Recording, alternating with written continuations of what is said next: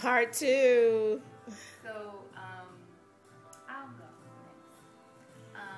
For me, bringing closure to a relationship has always been an internal thing, so that I wouldn't leave. Well, initially, you may have some emotion, or I would have some emotion going on, because my relationships are supposed to last, or my relationship is supposed to last. With each gentleman that I've been with, each brother I've been with, I feel that it should have lasted, and I was willing to do the work. But as it turns out, sometimes when you are a little more evolved than your partner, meaning you're doing your internal work, you're cleansing, you're fasting, you're praying, and if they're not, on one accord with you, you kind of drift apart, and or it's too much, or it's too hard.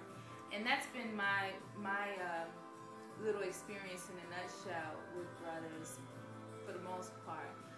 I do teach Sacred Woman, and prior to that, I was a rebounder, meaning I always had someone waiting in the wings, or someone I had my eye on.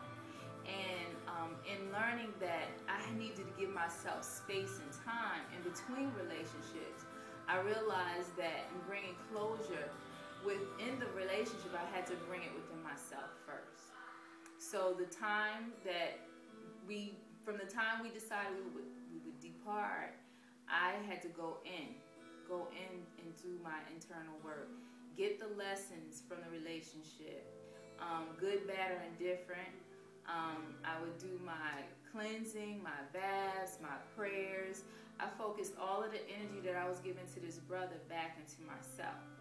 And in doing that, it allowed me to, over a period of time, I say anywhere from 6 months to a year, to be abstinent and not necessarily go from one relationship to the next, but have a relationship with myself. And I began to grow.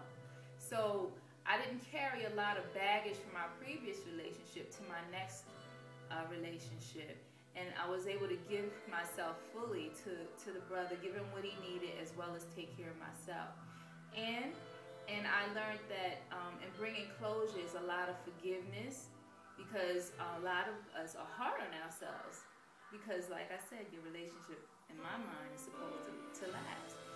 What I'm noticing now in bringing closure with my partner and also myself, it doesn't have to be a shouting match. Of course, there are going to be disagreements, or you wouldn't have gotten to this space.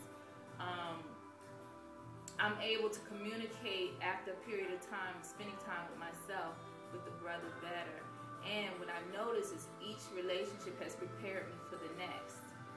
So I can say that I'm not bitter about any brother that I've had, or any brother that I've given myself to. And I've learned a great deal of lessons about myself as well as the brother, and he's prepared me for the next until I meet my divine king, which I think I have met him. Or I'm in the process of getting to know him.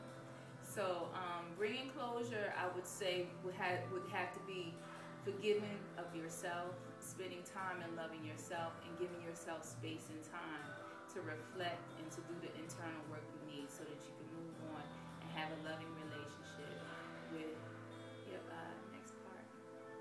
Hopefully that'll be your divine mate partner. I like the way you made reference to regardless of what your ex-beloved is doing or not doing, that you're making closure by doing the work with cleansing yourself, healing yourself, and doing the work on yourself. I think that's very important. It is. It really is. Heal thyself, Ashe.